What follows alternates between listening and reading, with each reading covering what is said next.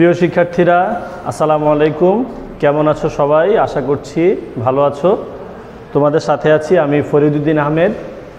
আজকে আমরা ষষ্ঠ শ্রেণীর ইসলাম ও নৈতিক শিক্ষা ক্লাসে তোমাদের স্বাগত জানাচ্ছি। আমরা আজকে আলোচনা করব তোমাদের সিলেবাসের যে অংশ পঞ্চম অধ্যায় পাঠ্য বইয়ের পঞ্চম অধ্যায়ের পাঠ 3, 4 এবং 5 এই তিনটি পাঠ আমরা আলোচনা করছি। তোমরা সকলেই পাঠ্য বই খুলে আমার সাথে ক্লাসে অংশগ্রহণ করবে আশা করছি।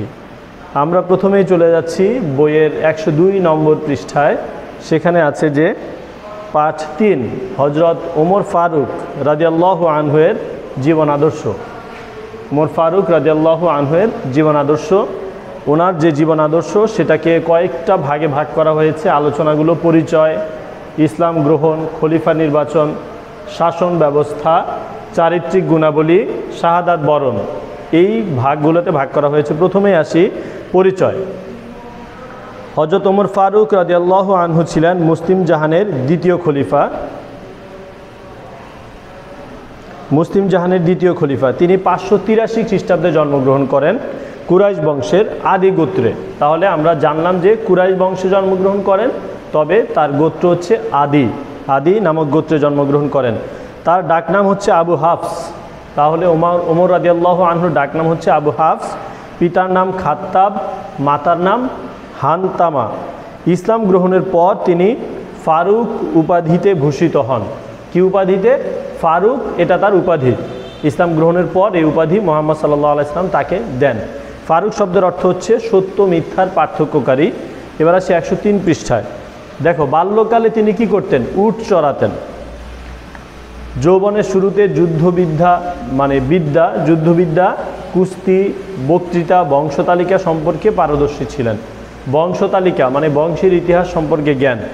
তো যৌবনের শুরুতে তিনি যখন তরুণ বয়স ছিলেন, যুবক বয়সে তিনি কি যুদ্ধবিদ্যা মানে যুদ্ধ করার যে প্রশিক্ষণ সেটা নিয়েছিলেন। কুস্তি, বক্তৃতা, বংশতালিকা সম্পর্কে জ্ঞান, এগুলোতে পারদর্শী ছিলেন।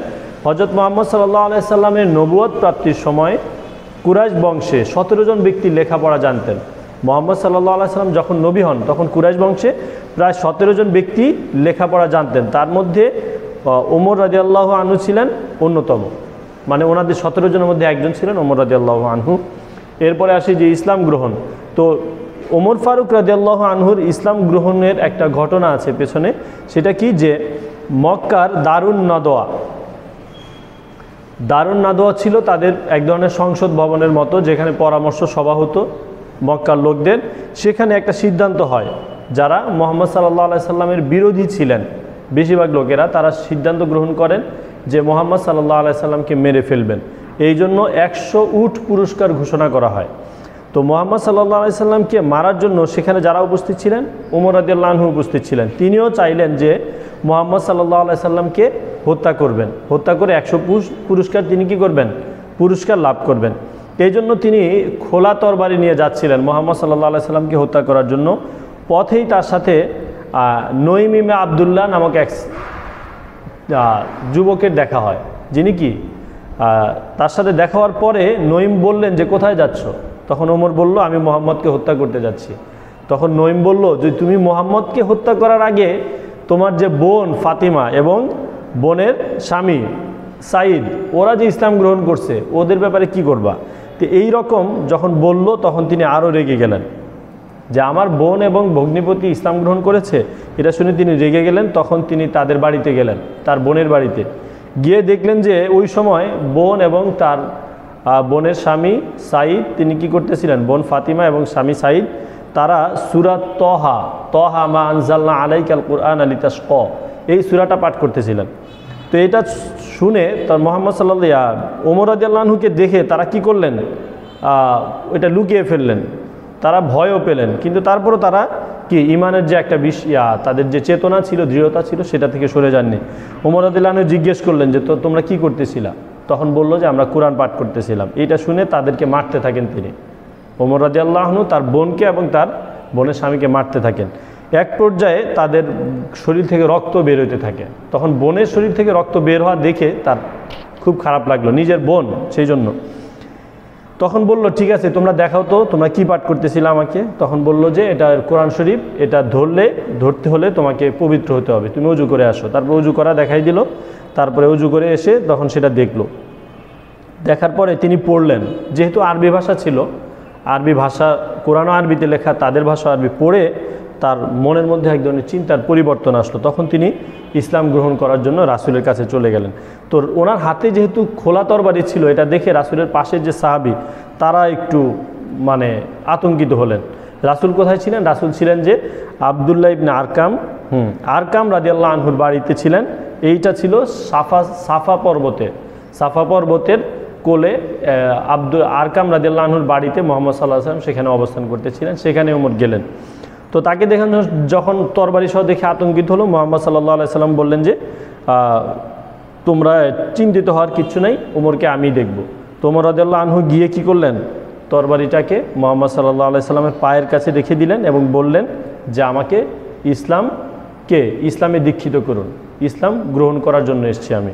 তো মুহাম্মদ সাল্লাল্লাহু আলাইহি ওয়াসাল্লামের হাতে হাত রেখে তিনি কি করলেন? কালেমা শাহাদাত পড়ে ইসলাম গ্রহণ করেন।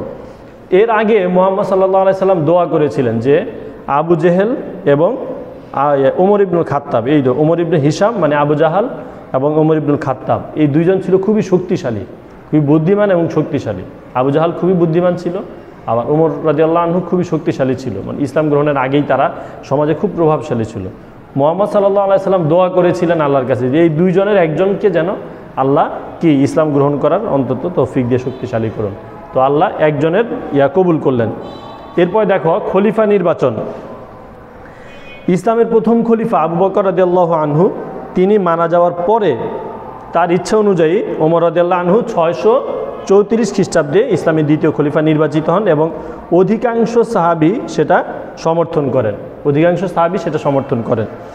শাসন ব্যবস্থা, এরপরে দেখি যে ওমর রাদিয়াল্লাহু আনহু প্রায় 10 বছর তিনি শাসন পরিচালনা করেন। এখানে তার শাসন ব্যবস্থা কেমন ছিল আমরা দেখি। তিনি যখন নির্বাচিত হন তখন ইসলামী সাম্রাজ্য আস্তে আস্তে আরও বড় হতে থাকে, বহু মানুষ ইসলাম গ্রহণ করতে থাকে, বিভিন্ন রাজ্যের লোকেরা আস্তে আস্তে সেই ইসলামী যে সাম্রাজ্য সেটাও বড় হতে থাকে। এ সময় রোম, যেটা বর্তমান ইউরোপ, পারস্য, সিরিয়া, মিশর, বিভিন্ন অঞ্চল, তখন তো ওইভাবে ছোট ছোট রাষ্ট্র ভাগ ছিল না, বড় বড় অঞ্চল ভাগ ছিল। তো ফিলিস্তিন মুসলিম সাম্রাজ্যের অন্তর্ভুক্ত হয়। রাজ্য শাসনে তিনি সবসময় রাসূলের আদর্শ অনুসরণ করার চেষ্টা করতেন।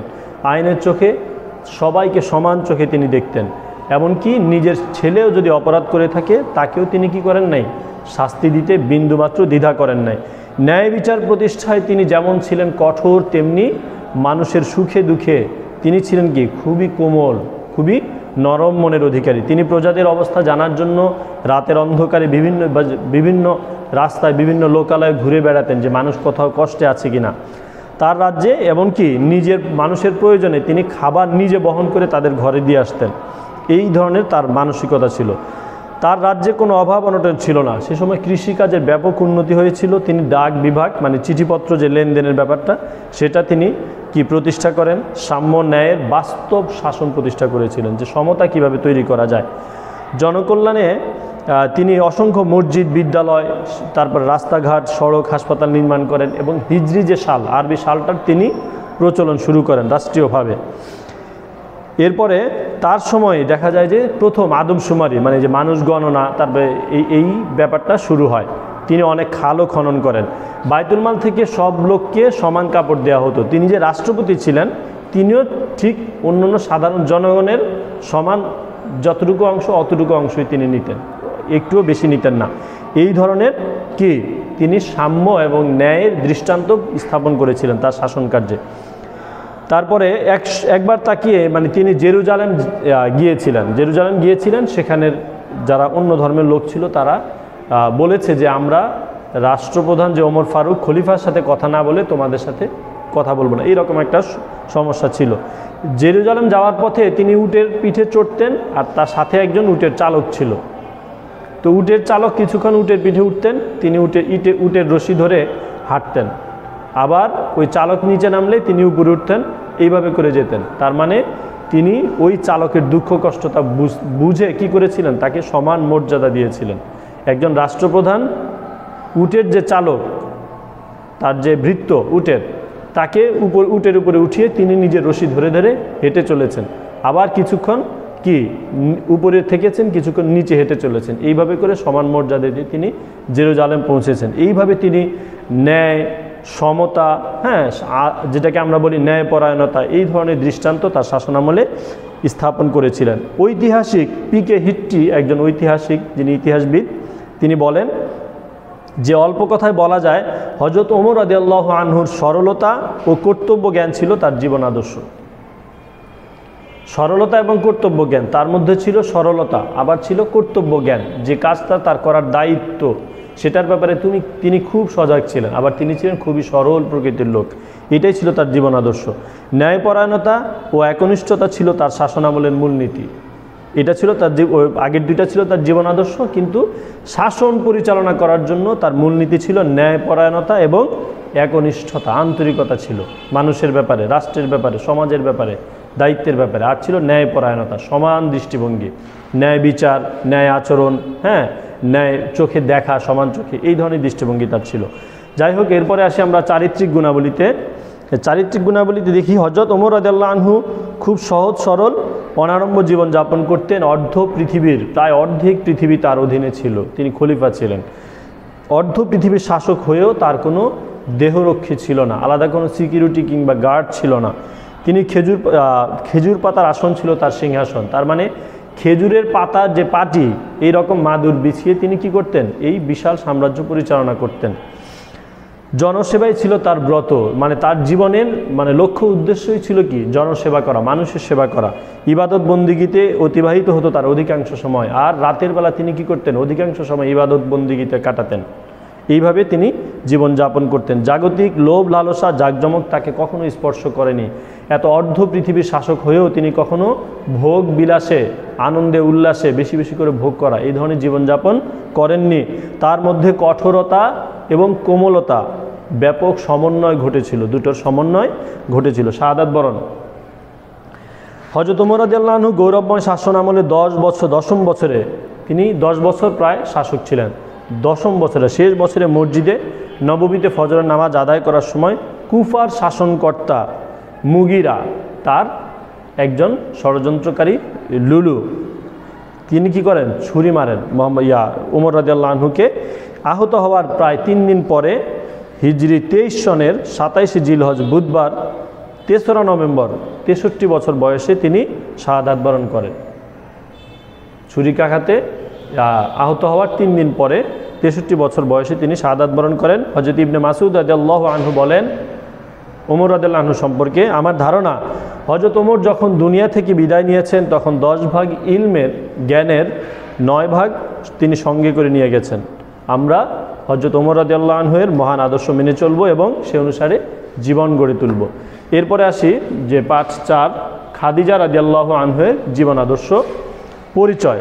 দেখো, মুহাম্মদ সাল্লাল্লাহু আলাইহি সাল্লামের প্রথম স্ত্রী হযরত খাদিজা রাদিয়াল্লাহু আনহু, তিনি বিখ্যাত কুরাইশ বংশের আব্দুল উজ্জা নামক পরিবারে 556 খ্রিস্টাব্দে জন্মগ্রহণ করেন।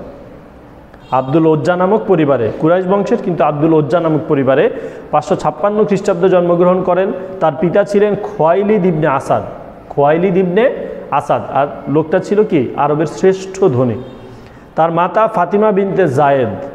বিশ্বের ইতিহাসে যে কয়জন নারী প্রসিদ্ধি লাভ করেছেন তাদের মধ্যে খাদিজা রাদিয়াল্লাহু আনহু অন্যতম।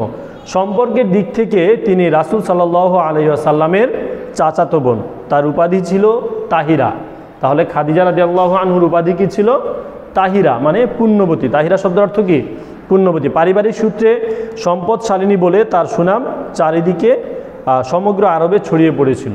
তার সম্পদ বা ধনী হওয়ার কারণে, তার চারিত্রিক কারণেও তার কি সুনাম চারিদিকে ছড়িয়ে পড়েছিল, পরিবারের কারণে। হযরত মুহাম্মদ সাল্লাল্লাহু আলাইহি সাল্লামের সঙ্গে পরিচয় ও বিবাহ। মুহাম্মদ সাল্লাল্লাহু আলাইহি সাল্লামের সঙ্গে তার পরিচয় হয়েছিল কিভাবে? খাদিজা তো অনেক বড় ব্যবসায়ী ছিলেন। তিনি কি করতেন, বিভিন্ন সময় বিভিন্ন লোককে তার ব্যবসার কাজে নিয়োগ করতেন, চাকরি দিতেন। তো তিনি মহানবীর সততা, মহানবী তো ছোটোবেলা থেকে আমরা জানি যে সৎ ছিলেন, ন্যায়পরায়ণ ছিলেন, মানে খুব ভালো আদর্শবান তরুণ ছিলেন। এটা খাদিজার কানেও পৌঁছায়, সবাই জানতো আরবের। তো আমানতদারিতা, বিশ্বস্ততার কথা শুনে তাকে ব্যবসা দেখাশোনা করার জন্য অনুরোধ করেন যে তুমি আমার ব্যবসায় কাজ করো। মহানবী তার ব্যবসার দায়িত্বভার গ্রহণ করেন এবং তার ব্যবসায়িক কাজে মালামাল নিয়ে সিরিয়ায় গমন করেন। ব্যবসার উদ্দেশ্যে খাদিজার ব্যবসা নিয়ে তিনি সিরিয়ায় যান। এই ব্যবসায় মুহাম্মদ সাল্লাল্লাহু আলাইহি সাল্লামকে ব্যবসার দায়িত্ব দেওয়ার পরে অনেক লাভ হয়, তার মানে ব্যবসা অনেক উন্নতি হয় খাদিজার ব্যবসায়। মুহাম্মদ সাল্লাল্লাহু আলাইহি সাল্লাম সিরিয়া থেকে ফেরার পর খাদিজা তার সততা দেখে বিশ্বস্ততা, উন্নত চরিত্র এগুলো সম্পর্কে জানতে পারেন আরও ভালোভাবে তার লোকদের মাধ্যমে। তিনি যুবক মুহাম্মদ সাল্লাল্লাহু আলাইহি সাল্লামের অসাধারণ চরিত্র গুণে মুগ্ধ হয়ে তার সাথে বিয়ে সম্পর্ক স্থাপন করার মানে তাকে বিয়ে করার প্রস্তাব করেন। হযরত মুহাম্মদ সাল্লাল্লাহু আলাইহি সাল্লামের বয়স ছিল তখন 25 বছর, আর খাদিজা রাদিয়াল্লাহু আনহার বয়স ছিল 40 বছর। বয়সের পার্থক্য ছিল, খাদিজা বড় ছিল। রাসূলের চাচা আবু তালিব কি করেন, আবু তালিবের সম্মতি নিয়ে 20টি উট মোহরের বিনিময়ে বিয়ে সম্পন্ন হয়। দেনমোহরের বিনিময়ে 20টি উট দেনমোহরের বিনিময়ে এই বিয়েটা কি হয়, বিয়েটা হয়ে যায়। বিয়ের পর হযরত খাদিজা তার সকল সম্পদ মুহাম্মদ সাল্লাল্লাহু আলাইহি সাল্লামকে দিয়ে দেন। আর মহানবী কী করেন, ইচ্ছামতো তার সম্পদ খরচ করার অনুমতি দেন। খাদিজাই দিয়ে দেন যে সম্পদ ইচ্ছামতো খরচ করার অনুমতি দিয়ে দেন মুহাম্মদ সাল্লাল্লাহু আলাইহি সাল্লামকে। রাসূল সাল্লাল্লাহু আলাইহি সাল্লাম এই সম্পদ বেশিরভাগ ক্ষেত্রেই, সব ক্ষেত্রেই মানুষের কল্যাণে ব্যয় করেন, গরিব দুঃখী মানুষের কল্যাণে ব্যয় করেন। এরপরে আসি যে সন্তান সন্ততি। দেখো, হযরত মুহাম্মদ সাল্লাল্লাহু আলাইহি সাল্লামের সাথে বয়সের ব্যবধান থাকা সত্ত্বেও তাদের দাম্পত্য জীবন ছিল অত্যন্ত সুখের। মানে বয়সের ব্যবধান, খাদিজা ছিল 15 বছরের বড় মুহাম্মদ সাল্লাল্লাহু আলাইহি সাল্লাম থেকে, তারপরও তাদের পারিবারিক সম্পর্ক ছিল খুবই ভালো। হযরত খাদিজার গর্ভে মহানবীর 3 পুত্র সন্তান, কাসিম, আবদুল্লাহ এবং তাহির, 3 জন ছেলে মুহাম্মদ সাল্লাল্লাহু আলাইহি সাল্লামের ছেলে খাদিজার ঔরসে জন্মগ্রহণ করেন খাদিজার গর্ভে, এবং 4 কন্যা জয়নব, রুকাইয়া, উম্মে কুলসুম, ফাতিমা জন্মগ্রহণ করেন। কিন্তু পুত্র মানে ছেলেরা অল্প বয়সে মারা যায়, একদম শিশুকালেই 3 জন ছেলেই মারা যায়, মেয়েরা বেঁচে থাকেন। আর এই ছেলেগুলো মরে যাওয়ার পর মুহাম্মদ সাল্লাল্লাহু আলাইহি সাল্লাম খুবই মর্মাহত হন। এরপরে আসি ইসলাম গ্রহণ। ঠিক আছে, খাদিজা রাদিয়াল্লাহু আনহা ইসলাম গ্রহণ। দেখো, খাদিজা সর্বপ্রথম ইসলাম গ্রহণ করেন, মানে পৃথিবীতে যত মানুষ মুহাম্মদ সাল্লাল্লাহু আলাইহি সাল্লাম নবী হওয়ার পরে সর্বপ্রথম ইসলাম গ্রহণ করেন খাদিজা রাদিয়াল্লাহু আনহা। হেরা গুহায় নবুয়ত প্রাপ্ত হয়ে মুহাম্মদ সাল্লাল্লাহু আলাইহি সাল্লাম যখন ভীত সন্ত্রস্ত হয়ে বাড়ি ফিরেন, তখন খাদিজা তার স্বামীর অবস্থা বুঝতে পারেন। কারণ এই গত 15 বছর কিন্তু মুহাম্মদ সাল্লাল্লাহু আলাইহি সাল্লাম কোথায় ছিলেন, বিয়ের পরে ধ্যানমগ্ন থাকতেন। তো খাদিজা তো জানতেন। তখন মুহাম্মদ সাল্লাল্লাহু আলাইহি সাল্লামকে খাদিজা বললেন যে তোমার ভয় পাওয়ার কিচ্ছু নেই, ভীত হওয়ার কিছু নেই, আল্লাহ আপনাকে অপদস্থ করবেন না, মানে আল্লাহ আপনাকে অপমান করবেন না, শাস্তি দিবেন না। কেননা আপনি আত্মীয়দের সাথে সম্পর্ক বজায় রাখেন, দুস্থ অভাবীদের সাহায্য করেন, মেহমানদের আপ্যায়ন করেন, ক্ষতিগ্রস্তদের সাহায্য করেন। এরপর খাদিজা রাদিয়াল্লাহু আনহু আসমানি কিতাবে অভিজ্ঞ এই ধরনের একজন লোক ওয়ারাকা ইবনে নাওফিলের কাছে নিয়ে যান। খাদিজা মুহাম্মদ সাল্লাল্লাহু আলাইহি সাল্লামকে ওই লোকের কাছে নিয়ে যান, ওয়ারাকা ইবনে নাওফিলের কাছে। ওয়ারাকা হেরা গুহায় যে ঘটনা ঘটে, ফেরেশতা আসে তাকে নবী হিসাবে মনোনীত করে, এই ঘটনা শুনে বললেন যে ভীত হওয়ার কিছু নেই, তিনি নামুস মানে জিব্রাইল। তার নামুস মানে কি বোঝানো হয়েছে, জিব্রাইল। তিনি হচ্ছেন জিব্রাইল। এই ফেরেশতাই মুসা আলাইহিস সালাম নিকট প্রেরিত হয়েছিলেন। পরবর্তীকালে মুহাম্মদ সাল্লাল্লাহু আলাইহি সাল্লাম আল্লাহর নির্দেশে ইসলাম প্রচার শুরু করেন। তাহলে খাদিজা রাদিয়াল্লাহু আনহু সর্বপ্রথম ইসলাম ধর্ম গ্রহণ করেন, সর্বপ্রথম, একদম নারী পুরুষ সকলের মধ্যে। তিনি নবুয়তের 10ম বছরে রমজান মাসে ইন্তেকাল করেন। তার মৃত্যুতে মহানবী সাল্লাল্লাহু আলাইহি সাল্লাম গভীরভাবে শোকাহত হন। তার মানে নবুয়তের 10ম বছর, নবী হওয়ার 10 বছর পরে খাদিজা রাদিয়াল্লাহু আনহা মারা যান।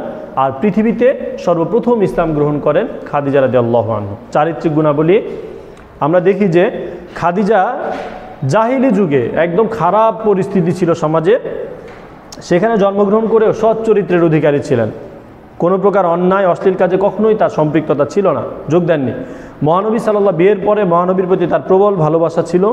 ইসলাম প্রচারে মুহাম্মদ সাল্লাল্লাহু আলাইহি সাল্লামকে তিনি উৎসাহ দিতেন, সাহস দিতেন।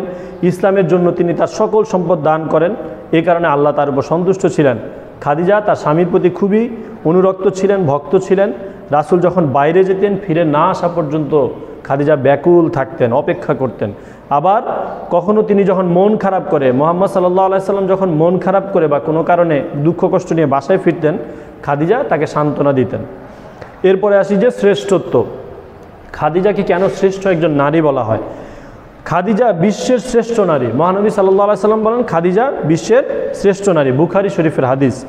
জিবরাইল আলাইসাল্লাম খাদিজা সম্পর্কে রাসূলকে বললেন, জিবরাইল আলাইসাল্লাম মুহাম্মদ সাল্লাল্লাহু আলাইহি ওয়াসাল্লামকে বললেন যে তার প্রভু মানে খাদিজার প্রভু আল্লাহ এবং আমার পক্ষ থেকে তাকে শুভেচ্ছা জানাবেন, তাকে জান্নাতে সুসংবাদ দিবেন। দুনিয়ায় থাকতেই জিবরাইল এসে মুহাম্মদ সাল্লাল্লাহু আলাইহি ওয়াসাল্লামকে বললেন যে আল্লাহর পক্ষ থেকে এবং আমার পক্ষ থেকে আপনি খাদিজাকে শুভেচ্ছা জানাবেন, তাকে জান্নাতে সুসংবাদ দিবেন। বুখারী ও মুসলিম শরীফের হাদিস। একদিন আয়েশা রাদিয়াল্লাহু আনহা এক অভিমান করেন কোনো কারণে রাসূলের সাথে। তখন রাসূল বলেন, আল্লাহ খাদিজার চেয়ে কোনো মহৎ নারী আমাকে দেননি, এমনকি পৃথিবীর সবাই যখন আমাকে বিশ্বাসই করে নাই তখন খাদিজা আমাকে বিশ্বাস করেছিল। সবাই আমার বিপদের দিনে সবাই যখন আমাকে নিরাশ করেছে তখন খাদিজা আমাকে অর্থ সম্পদ দিয়ে সাহায্য করেছে। অন্য এক হাদিসে নবী করিম বলেন, বিশ্বের সকল নারীর উপর 4 জন নারীর সম্মান রয়েছে। তাহলে বিশ্বের সকল নারীর মধ্যে কতজন? তো বিশ্বের শ্রেষ্ঠ 4 জন নারী, যে বিশ্বের যত নারী আছে তাদের মধ্যে শ্রেষ্ঠ হচ্ছেন 4 জন। তাদের মধ্যে 4 জন হচ্ছেন মারিয়াম আলাইহিস সালাম, খাদিজা রাদিয়াল্লাহু আনহু, ফাতিমা রাদিয়াল্লাহু আনহু এবং হযরত আসিয়া। যদি আমরা বর্তমান নারীরা খাদিজা রাদিয়াল্লাহু আনহুর আদর্শ অনুসরণ করে তাহলে তাদের পারিবারিক জীবন অনেক সুন্দর হতে পারে। তো আমরা জানলাম যে সর্বশেষে যে 4 জন নারীকে পৃথিবীকে শ্রেষ্ঠ ঘোষণা করা হয়েছে তাদের মধ্যে একজন হচ্ছে খাদিজা রাদিয়াল্লাহু আনহু। তো আমরা এই যে 2টা পাঠ শেষ করলাম, এরপরে আসি আমরা 5ম পাঠে, 3 নম্বর পাঠ, যেটা পাঠ 5, ইমাম আবু হানিফা রাদিয়াল্লাহু আনহুয়ের জীবন আদর্শ। কেমন? প্রথমে আসি যে জন্ম ও পরিচয়। হানাফি মাযহাবের প্রতিষ্ঠাতা। আমরা যারা বাংলাদেশে বসবাস করি এবং বাংলাদেশ সহ পাকিস্তান কিংবা ভারত, পৃথিবীর বিভিন্ন দেশ, মানে বেশিরভাগ মুসলিমরাই কি ইমাম আবু হানিফা রাদিয়াল্লাহু আনহুয়ের মাযহাবের অনুসারী, একটা বেশিরভাগ অংশই। তো হানাফি মাযহাবের প্রতিষ্ঠাতা ইমাম আবু হানিফা 80 হিজরিতে জন্মগ্রহণ করেন। কত হিজরিতে? 80 হিজরি সনে। এটা আরবি সন, মনে রাখতে হবে, এটা 80 হিজরি আরবি সনে 700 খ্রিস্টাব্দে, ইংরেজি 700 সাল, যেটাকে আমরা বলি খ্রিস্টাব্দ বা সাল। 700 খ্রিস্টাব্দে ইরাকের কুফা নগরীতে জন্মগ্রহণ করেন। তার আসল নাম হচ্ছে নুমান। তাইলে ইমাম আবু হানিফার আসল নাম কি? নোমান। পিতার নাম সাবিত, কিন্তু তিনি আবু হানিফা নামে পরিচিত। যদিও তার নাম নোমান, কিন্তু আবু হানিফা নামে পরিচিত, খ্যাত। শৈশবকাল সম্পর্কে আমরা দেখি যে জন্মগতভাবেই আবু হানিফা অসাধারণ মেধার অধিকারী ছিলেন। তিনি অল্প বয়সেই পবিত্র কোরআনের হাফেজ হন। তিনি কোরআন, হাদিস ও ফিকহ শাস্ত্রে গভীর জ্ঞান অর্জন করেন। তিনি তৎকালীন মুহাদ্দিস ও ফকিহ হাম্মাদ রাদিয়াল্লাহু আনহুর কাছে জ্ঞান লাভ করেন। তৎকালের যে শ্রেষ্ঠ ফকিহ ছিলেন তার কাছে তিনি জ্ঞান অর্জন করেন। তিনি সারা জীবন কি করতেন? এমনিতে উনি অনেক বড় গবেষক ছিলেন, জ্ঞানী লোক ছিলেন, হানাফি মাযহাবের প্রতিষ্ঠাতা, তার মানে অনেক বড় জ্ঞানী লোক ছিলেন। কিন্তু ব্যক্তিগত জীবনে তিনি কাপড়ের ব্যবসা করে জীবন চালাতেন, জীবন নির্বাহ করতেন। এরপরে আসি যে অবদান, আমাদের সর্বশেষ যে অংশটা, অবদান। ইমাম আবু হানিফা ছিলেন বিশ্বের সর্বশ্রেষ্ঠ ফিকাহ শাস্ত্রবিদ। সর্বশ্রেষ্ঠ ফিকাহ শাস্ত্রবিদ বলা হয় কাকে? ইমাম আবু হানিফাকে। মানুষ যাতে সহজ ও সঠিকভাবে ইসলামের বিষয়গুলো, শরীয়তের বিষয়গুলো পালন করতে পারে, সেজন্য তিনি ওই সময়কার শ্রেষ্ঠ যারা গবেষক ছিলেন, যাদেরকে আমরা ফিকাহবিদ বলি, তাদের সমন্বয়ে একটা পরিষদ গঠন করেন, একটা দল গঠন করেন, যেটাকে বলা হয় ফিকাহ সম্পাদনা পরিষদ। তার এই সম্পাদিত প্রায় ৮৩,০০০ মাসালা সম্বলিত কুতুবে হানাফিয়া রচিত হয়। এই লোকদের সমন্বয়ে কি প্রায় ৮৩,০০০ মাসালা মানে হচ্ছে প্রশ্ন করা আর কি, প্রশ্নের উত্তর সম্বলিত এক ধরনের কিতাব রচিত হয়। সেটা কি ৮৩,০০০ প্রশ্ন উত্থাপন করা হয়, সেগুলোর উত্তরও দেওয়া হয়। সেটাকে বলা হয় যে মাসালা সম্বলিত কুতুবে হানাফিয়া রচিত হয় তার সময়ে। ইমাম আবু হানিফা কুরআন, হাদিস, ইজমা, কিয়াস সমন্বয়ে যুক্তিভিত্তিক সহজ সরল ফিকাহ প্রণয়ন করেন। সহজ সরল আইন একটা তৈরি করেন যে মানুষ কিভাবে ইসলামকে মানতে পারে, বিধানগুলোকে। এ কারণে তার ফিকাহ মুসলমানদের নিকট অতি প্রিয়। বিশ্বের মুসলমানদের মধ্যে তার মাযহাবের অনুসারী বেশি।